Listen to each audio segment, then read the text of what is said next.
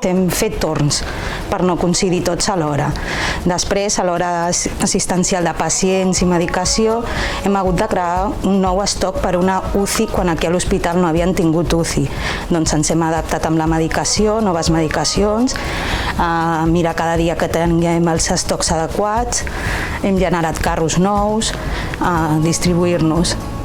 I amb els pacients, perquè nosaltres atenem molts pacients, a qui en donem medicació ambulatòria, doncs ens hem organitzat per enviar als CAPs, enviar a domicilis.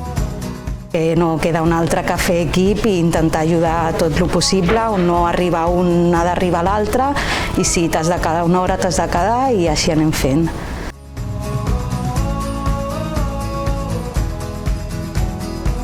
És una situació complicada, anem una mica estressats, però això no treu que no siguem professionals i ens adaptem a la situació per donar un servei òptim al que són tant els pacients com els companys també, per fer-los tot una mica més fàcil i estar treballant al 200%.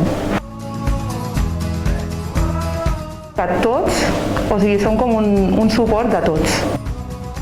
On un no arriba, doncs estem la resta. I això de cara també no només en el servei d'àmbit de farmàcia, sinó de cara també per tots els companys de l'hospital.